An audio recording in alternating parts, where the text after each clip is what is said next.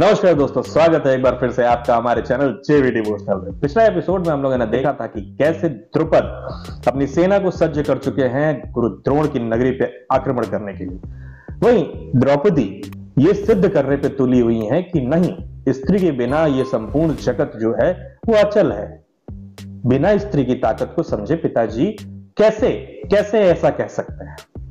तभी पीछे से वासुदेव श्री कृष्ण आते हैं और कहते हैं मैं जा रहा हूं कामपिल्य पे हमला करने के लिए। अभी तो देखा यह जा रहा है कि कामपिल्य जो है वो गुरु द्रोण की नगरी पे हमला करने आ रहा है और गुरु द्रोण सरेंडर होने को तैयार हैं। वहां पे वासुदेव कामपिल्य पे हमला करने जा रहे हैं। बड़ा रोचक सा माहौल होने वाला है इस एपिसोड में शायद। तो आइए बिना टाइम गंवाए लेके चलते हैं आपको एपिसोड 89 पार्ट 2 में। तुम्हारा शत्रु सामने खड़ा है, किसकी प्रतीक्षा कर रहे हो? उठाओ शस्त्र। तैयार है धृष्टद्युम्न? मैं शस्त्र नहीं उठाऊंगा द्रुपद। तुम्हारा पुत्र मेरा वध करने के लिए जन्मा है।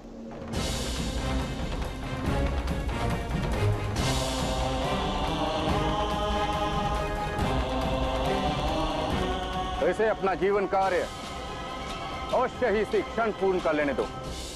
वाह,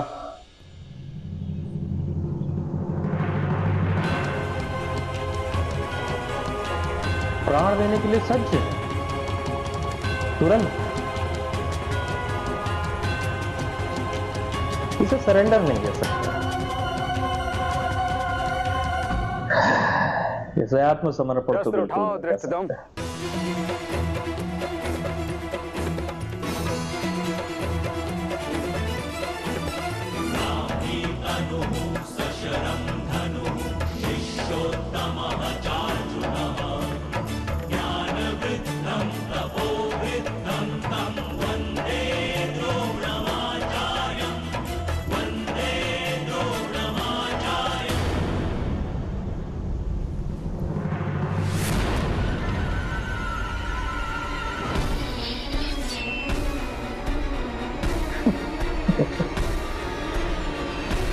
बस जल्दी बोल रहे हैं, ठीक हो जाएगा धृष्टद्युम्न को।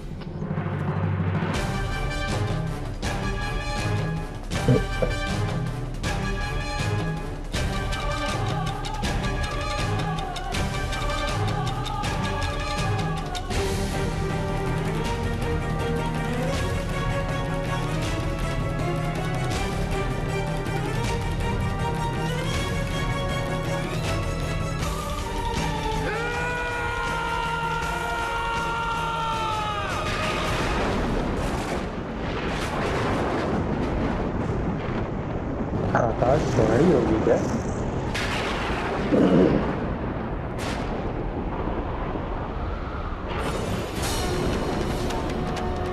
अच्छा, तो आ गए वासुदेव श्री कृष्ण।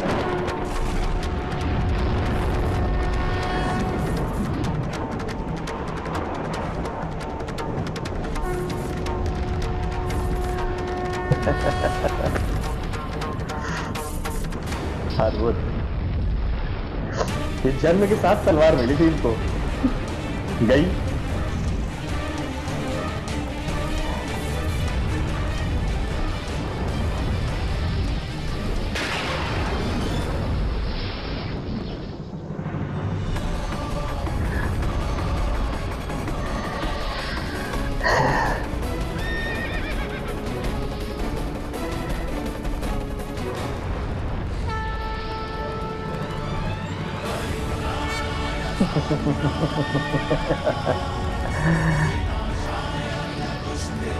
वासुदेव को इस सीरियल में जितनी बार भी देखो, एक अलग सी ही अनुभूति आती है।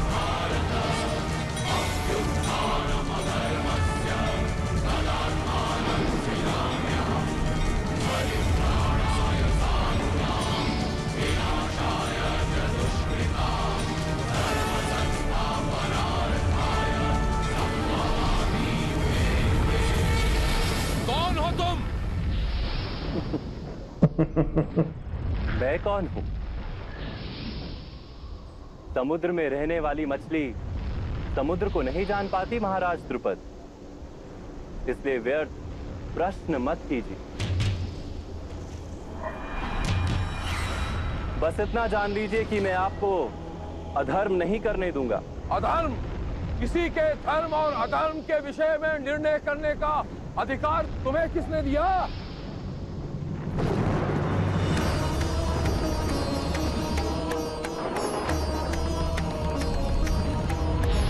धर्म के निर्णय के लिए आत्मा का दर्शन आवश्यक होता है। अधिकार की तो कोई आवश्यकता ही नहीं होती महाराज द्रुपद। यदि आपने आत्मदर्शन किया होता तो धर्म क्या है ये आप भी जान पाते। बहुत पहले जान जाते।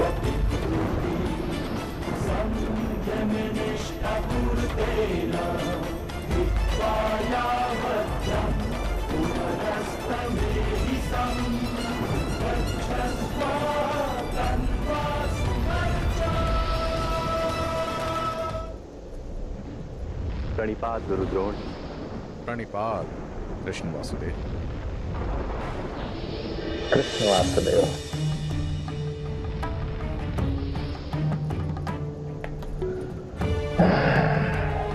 गुरुद्रोण आपके पास मित्रता लेकर आए हैं। इन्होंने शस्त्रों का भी त्याग कर दिया है। अब आप इनका वध नहीं कर सकते महाराज द्रुपद। तुम द्रोण का रक्षण करोगे? मैं तो आपका भी रक्षण करूंगा महाराज द्रुपद। यदि आप अधर्म का त्याग करें तो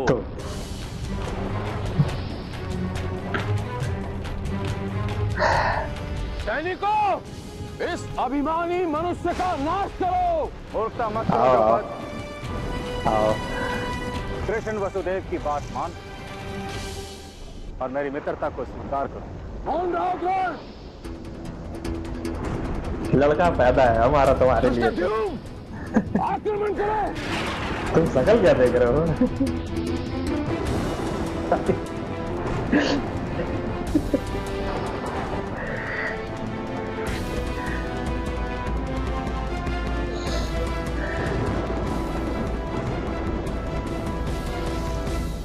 यदि यही आपकी इच्छा है महाराज द्रुपद तो आक्रमण अवश्य कीजिए।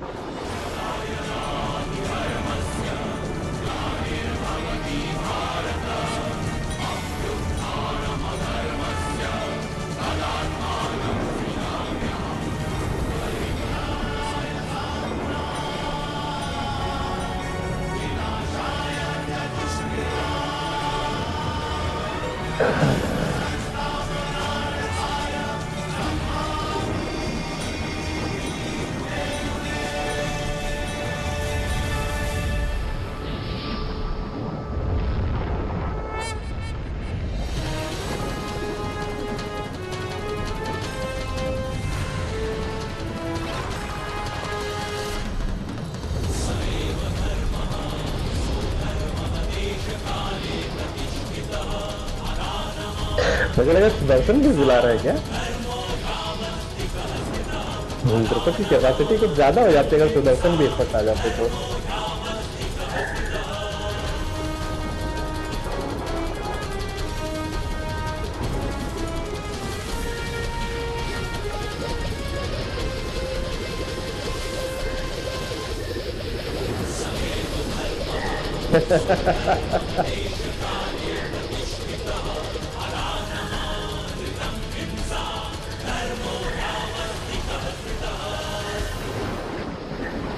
जिस स्कूल से पढ़ाई किए हैं ये लोग,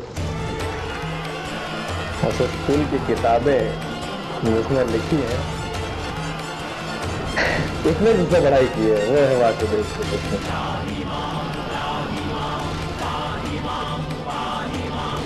बहुत मजा आ रहा देखने में।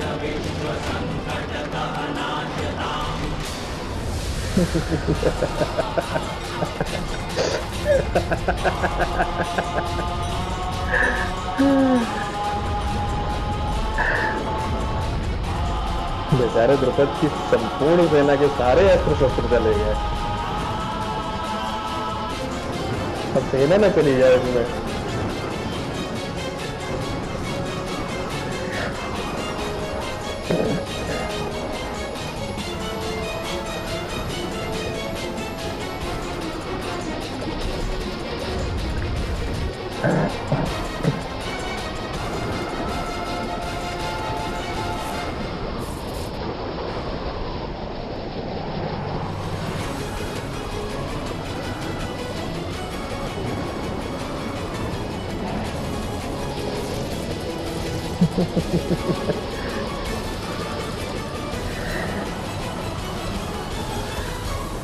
मैंने कहा था अधर्म का त्याग करो, मैं आपका रक्षण करूंगा, किंतु आपको धर्म के दर्शन प्राप्त नहीं हुए महाराज द्रुपद।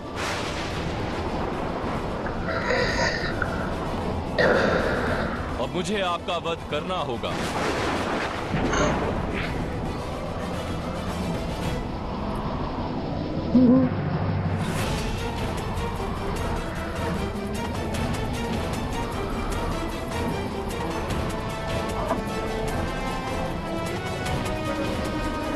दुष्योधन तो बेचारे अपनी जगह से हिल तक नहीं पा रहे हैं।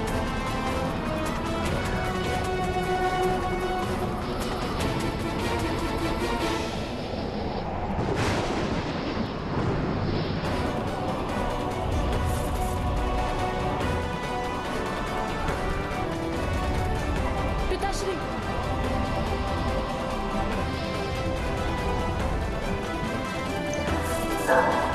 सबसे पहले से समर्पण कर दिया इन्होंने।